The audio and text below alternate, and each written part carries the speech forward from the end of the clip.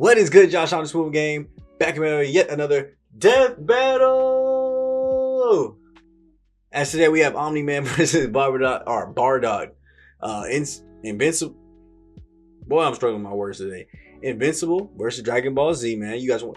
Well, y'all didn't really want me to check out this one. Y'all wanted me to check out a different one, which we're gonna get to that one here soon too as well. But this is actually a brand new one that just dropped. This is the first time I've seen an actual new one, or at least relatively new for me. Because most of the ones we've been watching been like years in the past, or at least like last year. So this is actually a new one. So I want to go and check this one out for you guys while it was new, while it was fresh, and get you guys' opinions on it. So let me know down below. Any other death battles you want your boy to check out, or videos in general. And we'll go ahead and hop onto those, as well as leave a like, subscribe, and turn that bell on for your boys so you guys can know when new videos are coming out, and push it out to more people so we get that roll of 5K. So as always, we're going to watch the I'm going to watch the backstories. Link to the full video down below, but we're going to watch their like skills and abilities, watch the actual fight. That's pretty much just about it, man. So I mean, we should already know the backstory for most of them, so y'all shouldn't need to see me react to that. But who you guys rocking with, go ahead and let that be known now before the video even gets started, right before the fight, after we see the stats between the two, see if it changes at all, and then go ahead and put them dubs and L's at the end of the video if you guys guessed it right or guessed it wrong. Me, I'm going Dragon Ball Z, I'm going anime every single time, so I'm going Bardock. That's just me. Now let's see if the stats change my mind and make me think that Omni-Man might be able to hang with an anime character. I don't know about it. If we had to go to an actual debate over anime characters or superheroes, anime whooping them every time. That's just me. You're not telling me that Captain America beat Naruto. I'm sorry. But let's go ahead and see if they change my mind at all and see what this fight's talking about.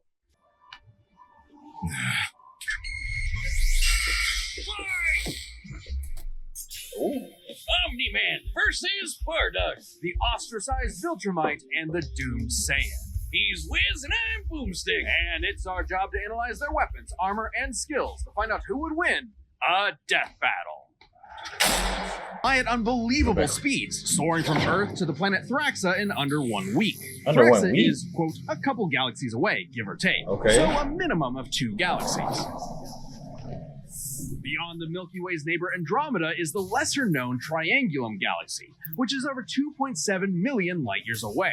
Reaching it in under 1 week means Omni-Man must have flown over 142 million times faster than light. Oh, and Viltrumites can't breathe in space, so he held his breath the whole way. And it's not like he was in a rush. He was on a soul-searching trip, contemplating the significance of smashing his own son's face in. Think. Nolan, think. Yeah, this is why I'm never having kids. You're missing out. But according to another Viltrumite, Thetis, a bunch of other Viltrumites who actually were in a hurry flew to Viltrum across the Virgo supercluster in less than 24 hours. That's over 20 billion times faster than light. You don't really need to rush anyway. The older a Viltrumite gets, the slower they age. According to the Invincible Handbook, Nolan is over 2,000 years old. And regardless of age, Viltrumites don't suffer muscle fatigue like humans do, so they rarely ever tire out. Seriously? He's got parenting easy mode on, and he couldn't even handle that. I would have killed for that back when my daughter was born. Well, you would have to be a Viltrumite first. A Viltrumite's body contains smart atoms, which they subconsciously manipulate. This cellular structure can effectively recall certain states of being regardless of their present environment, reacting to changes at an atomic level to perform the impossible. Yeah, like surviving your intestines getting ripped out, or even more scary, ripping out your whole beard all at once. Well, only a Viltrumite could pull off something that disturbing. That sounds painful. Is incredibly tough, but if he faces superior forces, his smart atoms can adjust to make him even stronger by comparison. This is why Viltrumites are considered invincible. Most weapons in the universe can't even scratch a Viltrumite like him. Even a ship's cannon like this one can't take down a Viltrumite, and it obliterated a massive solar disk nearly half the size of a star. Speaking of planets, he's strong enough to shatter one by flying straight through it. A planet so big it has a whole ring around it. The Roche limit factor dictates the size a celestial body must be in order to disperse orbiting material as a ring. In short, an Earth-sized planet can't support such a ring, meaning this one must be much larger. And don't get me started on how the ring is actually made up of dead bodies, because, spoilers, just go read the comic. If Roche isn't doing it for you, this planet also supports 5 moons in its orbit, and even the smallest is a perfect sphere, meaning its own gravity shaped it. At minimum, a moon like that must have a diameter of 600 kilometers, or 370 miles. Comparing this to the planet's diameter, we can tell this world is nearly 14 times larger than Earth. Or it was before, kablam. Now, Destroyed it. Omni-Man does have his weaknesses. Monsters like Ragnar's can pierce Viltrumite flesh, and he's extremely sensitive to a specific high-pitched frequency, which can destabilize his body's equilibrium. But his real weakness turned out to be, you guessed it, fatherhood. Thanks to his son Mark, Nolan began to re-examine his perspective and his place in the universe. He settled down in a new place, got himself a new job, and even had a new kid with his new wife, who's a bug. The bug lady, he banged a bug. Why, Omni-Man? How, Omni-Man? Hey, everyone deals with parenting stress in their own way. When Nolan was lecturing to Mark about how insignificant people are, Mark wasn't the only one he was trying to convince, if you catch my drift. Nolan Grayson's real mission isn't planetary conquest or saving the innocent. It's to discover if a violent man who can break the world can also be a good father. Godspeed, Omni-Man. And y'all want me to believe that a man that was smashing on bugs is about to beat somebody from anime? Come on now. Come on now. He's not about to beat especially one of the Saiyans? Maybe Krillin. But one of the Saiyans? Weapon. AKA shooting lasers from his hands. True to his brutal screw-you nature, Bardock's moves are all about overwhelming power. His final spirit cannon is like a key-powered bazooka. His rebellion hammer punch ignites enemies on contact, and his rebellion spear basically turns him into a supercharged battering ram. The guy has no chill. He will run you over, break your spine, light you on fire, and then move on to the next guy. Put his head on all a day. day's work for a Saiyan. Marriage didn't change that. While Bardock cared for Gine, in fact being one of few Saiyans of his time to actually have a romantic partner, he was still no family man. Like most Saiyans, he saw his sons as nothing more than future soldiers. Bardock was a low-class warrior, so it was unlikely his kids would grow up to be anything more than battlefield fodder. But they would still possess the Saiyans' power, a transformation that was the key to their planetary devastation. Big Monkey! Under the light of a full moon, a Saiyan with a tail manifests the Uzaru. This great ape form increases Bardock's power tenfold, turning him into an unstoppable kaiju. Quick, someone call Yajirobe! While some Saiyans can maintain control over this berserker form, low-class warriors like Bardock don't receive the same level of training as those of higher birth. Prince Vegeta's control is so precise he can speak while changed, but Bardock cannot. Hell, it's questionable if he even remembers everything that happens when he goes full tilt gorilla. The Saiyan strategy is pretty much just monkey see, monkey smash. Despite being low-class, Bardock's power level nearly matched that of King Vegeta, who could destroy multiple planets at once. At about this time, King Vegeta's power level was around 10,000. Yeah, we know power levels are kinda janky. Nobody can agree on what the number really means. Outside of his fight with Gas, Bardock doesn't really show any high-end feats in canon, but we can use power levels to compare him to other characters with similar levels to better understand his potential. Like when his son fought Prince Vegeta. What's the scouter say about his power level? It's over 8,000.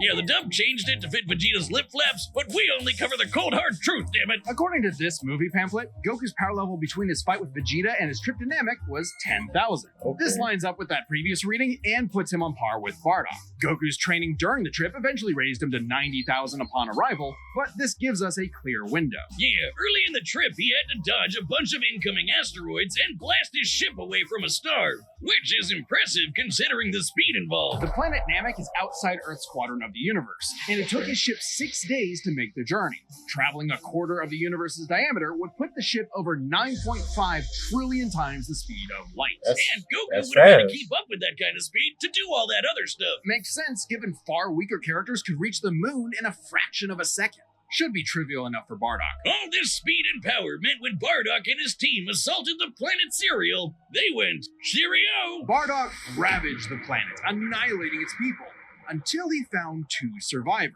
a mother and her child. Some may call it weakness, others a moment of clarity, but Bardock was suddenly reminded of his wife and recently born son. He chose to spare the two, and even pushed himself far past his limits to protect them from his own Frieza Force allies, who taunted that Frieza had dire plans for the Saiyans' future. This moment changed Bardock, making him more appreciative of his family and cautious of Frieza. When all the Saiyans were called back to planet Vegeta for mysterious reasons, he had a hunch something was up. So, before his final stand, smashing through hundreds of soldiers before coming face to face with the tyrant, he sent his youngest kid away for protection. A choice that allowed his son to thrive. And hey, that's what good parents do. A choice job, that would Bardock. have a greater significance than Bardock could ever imagine. And then Dildo Dickhead blew them all up and he died. Or did he? Bardock got killed so freaking hard he got blasted back in time.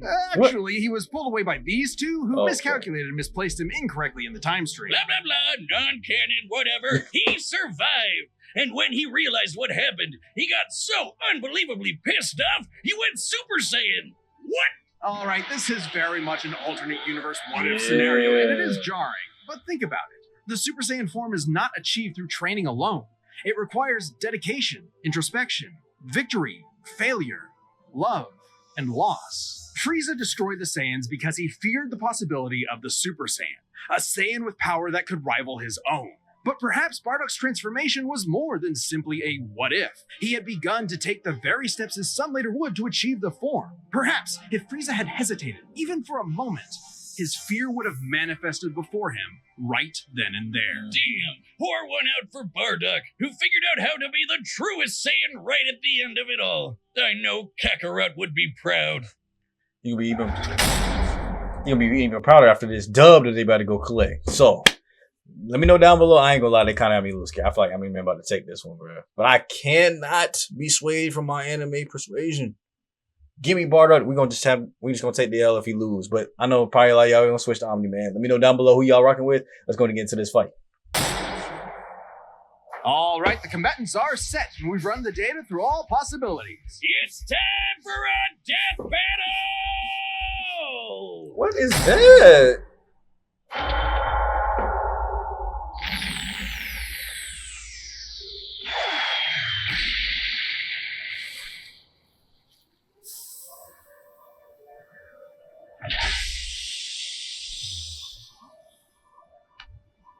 Great. Another gross bug planet. Ooh. This That planet was isn't tough. anyone's to conquer. Don't underestimate me! Time to get active. There we go. There we go. Just like my son, sticking his nose in places he's not ready for. Ooh. My sons would kick his ass!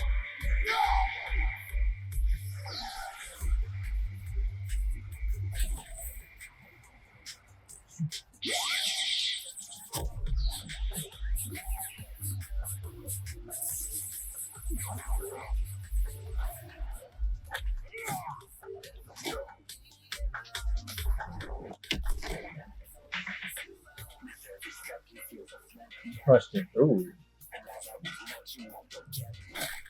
Whatever you are, you're an embarrassment. They put a full moon in here.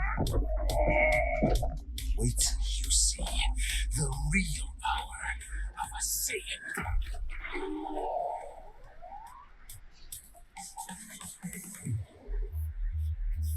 Am I supposed to be impressed?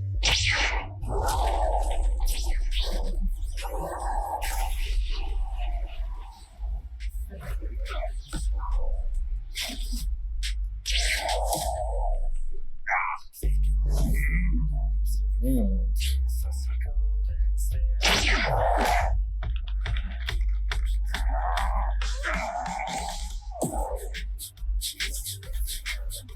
Hitting it with the tail is crazy. Well,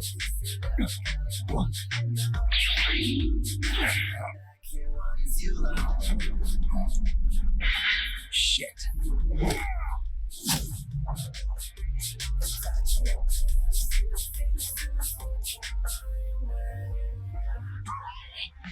he can't breathe up there though, can he? No. My sons. Leave me.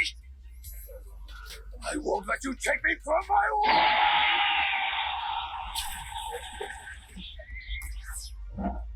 Super Saiyan Bardock is tough.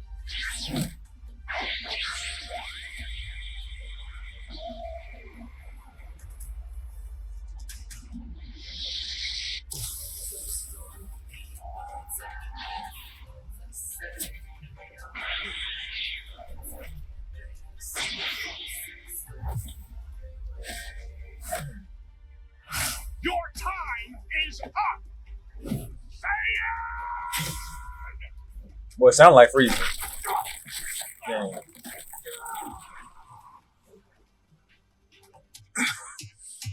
You said Saiyan. Remember it. I knew it. Man, bring Goku in to avenge this.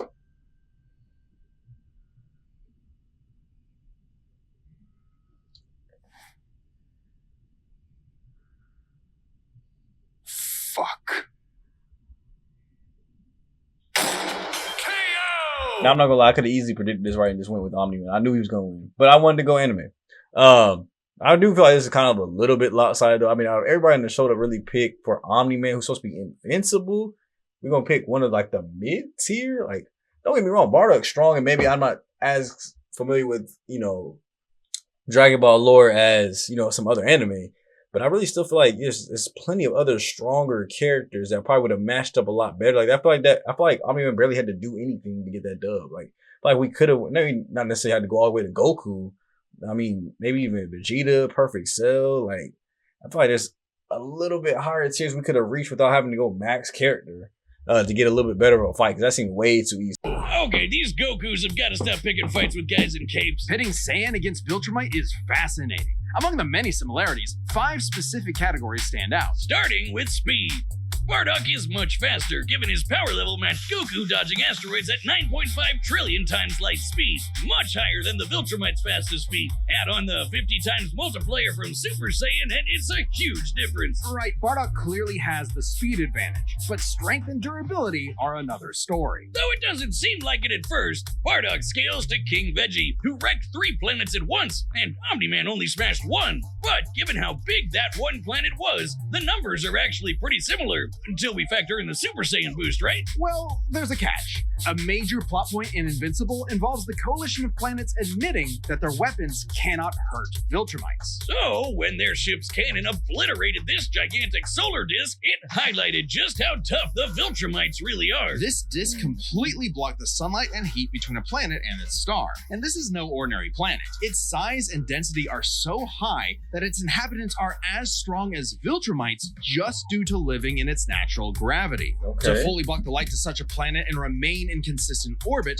the disk would need to be positioned at its L1 point, the spot that creates an uninterrupted view between sun and satellite, and the disk itself must be about half the diameter of the star in question. This means the scaling of the disk puts it at 3 septillion tons. That's 24 zeros! Which makes Omni-Man over 11,000 times stronger than base Bardock. Not even the Great Ape or Super Saiyan forms could make up that difference. So strength goes to Nolan. Still, numbers aren't everything. As far as versatility in combat goes, neither had one distinct advantage that could win outright.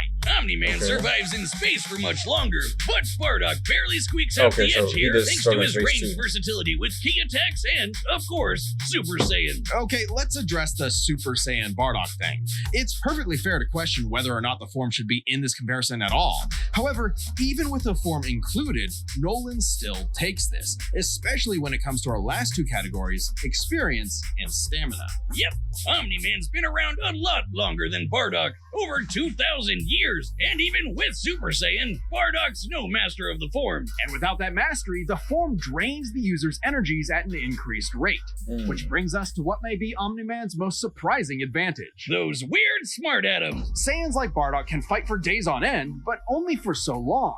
Bardock possesses a limited pool of ki, which only depletes faster when using super forms like the Great Ape. In contrast, Omni-Man's biology prevents him from tiring in most cases, letting him travel across whole galaxies for weeks non-stop. And his smart atoms adjust to counter whatever physical strain he's subjected to. Bardock's crazy speed and power made him a real challenge. But Nolan's strength, experience, and sheer endurance presented an unstoppable and unshakable force that would inevitably land the killing blow. When push came to shove, Omni-Man raised the bar. Doug. Oh, I'm asleep. The winner is Omni-Man. Next time on... Like I said, I mean, I would say it was, to me, it seemed even more lopsided than that. I didn't know the speed difference was that big of a factor. Dang. Drop my mic, my fault, y'all. I didn't think the speed difference was that big of a factor, but I mean, if we're being honest, the only times that speed really outweighs strength is like in sports. So when it comes to fighting, I mean, Not really, especially this level of fight. Maybe in real MMA and boxing, maybe speed has a bigger factor. But when we talking about actual life or death, shooting key blasts at people, yeah, nah, speed ain't gonna really help you that much, gang. Especially if they're more durable too. So they're just taking all your hits. They're not even getting tired while you are, and they're gonna be stronger than you. So when you get tired and they finally land that punch, it's gonna be KO. So I feel like it was a little bit more lopsided than it seemed. I just wanted to go anime. Let me know down below if you guys got the dub or L. And we'll catch you out in another death battle. Hopefully they make it a little bit more tighter here and get us back to like a really, really, really good fight. But let me know what you guys think of the fight down below. Do you think it's tighter than I think it is? Or do you agree with me that's a little bit more lopsided towards Omni-Man? I'll catch you guys in the next one, man. It's your boy Sean, the Smooth Black Kage, Black Avatar, and King Leo. And I'll catch you guys in the next video, man. I'm going for the day. Peace.